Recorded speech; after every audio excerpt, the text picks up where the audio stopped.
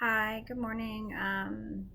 I am just making this video today to just try to appeal to people's sensibilities and to help people to kind of see and open their eyes a little bit to what is going on in the world. Not trying to get anybody to agree with me or to take my stance or to take my point of view in any way, shape, or form. That is not my style to try to convince anybody to be anything other than themselves. But at the same time, there's a lot going on right now in our world. Being an American citizen is really, really difficult for me to sit back and watch the government make decisions about a virus that has a cure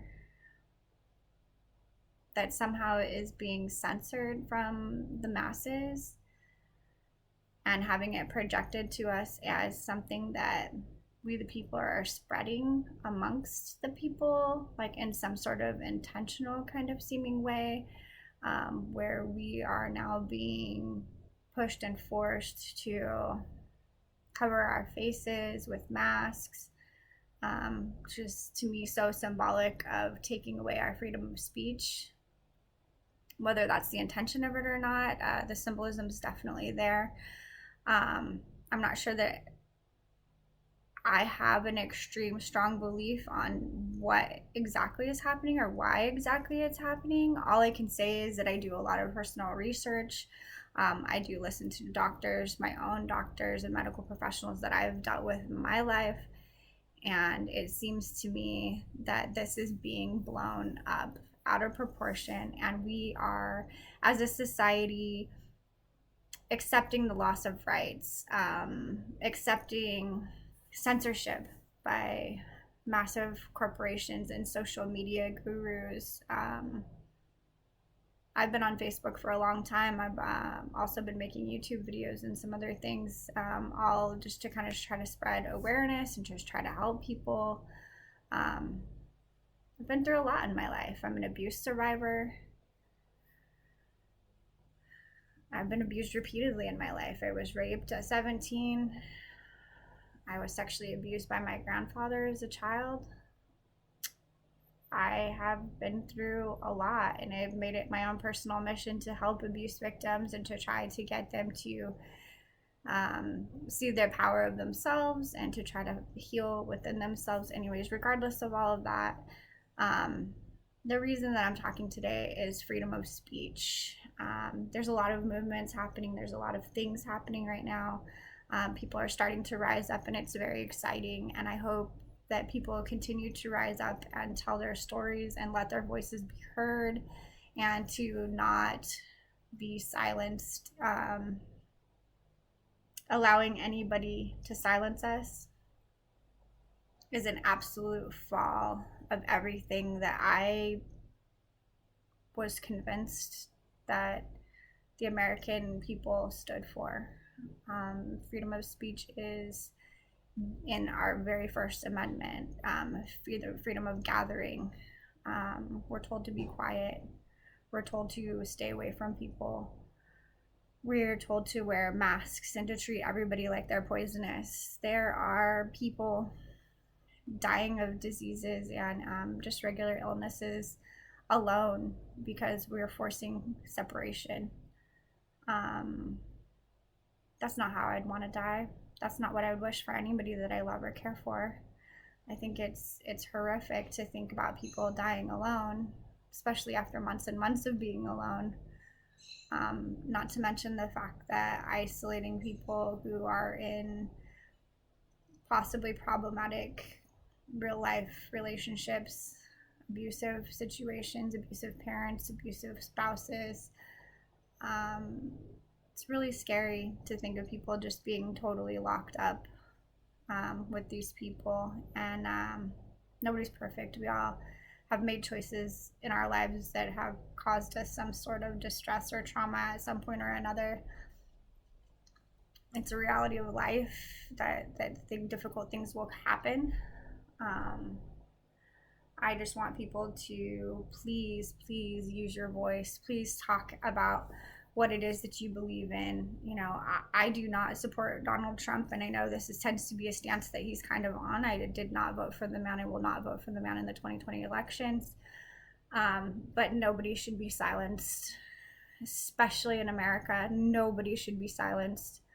Please stand up and keep speaking for your rights. This whole Black Lives Matter movement, huge to me, absolutely huge to me. If you look at what they're doing, the reform that they're trying to impose on the police is beautiful. It's going to save so many lives and so many people, and it's going to just make our police be more accountable and be held to a different level of responsibility than they've been held to before.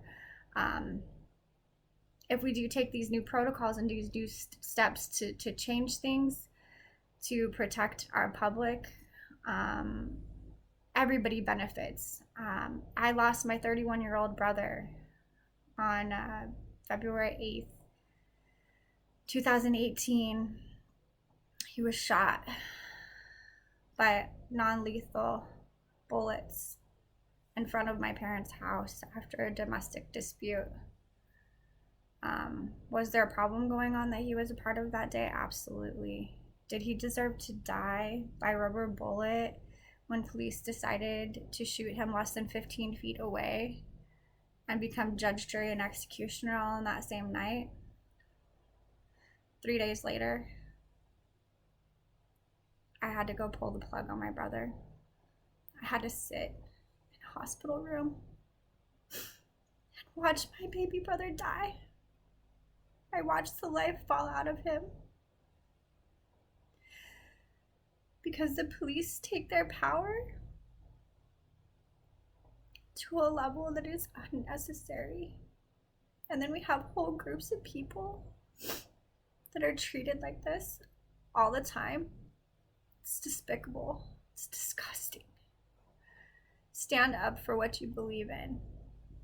Fight for what matters. Fight for humanity. And just remember, we're not just one person. We are all one voice. And together, the entire world can step up and speak their voice, and we can come together and fight for our causes, not for my cause, for your cause, for what you believe in. Stand up and talk about the wrongs that you've seen in this world and fight for them. Absolutely fight for them. Because of my abuse, I was a foster mom. Okay, I tried really hard to try to save as many kids as I could. And the 2.5 years that I was foster parenting, do I think I saved anybody? Probably not. Okay, probably not. Do I still have relationships with some of my foster kids? Absolutely.